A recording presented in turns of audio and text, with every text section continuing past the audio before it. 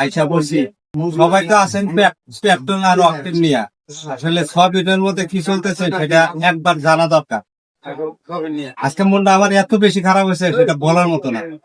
এই 3 কার্টন তেল দিছে, 5 লিটার 1 কার্টন, 2 লিটার 1 কার্টন আর 1 লিটার 1 কার্টন। বাধ্যতামূলক জিনিস আমার পছন্দ না।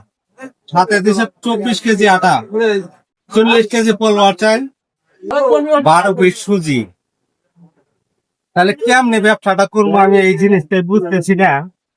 একজন মানুষ যদি 5 লিটার তেল নেয়, গায়ের রেট যা আছে 1 টাকাও বেশি নিলে অন্যায় হয়।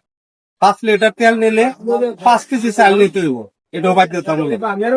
সরকার সবকিছু দেখে, এগুলা দেখে না।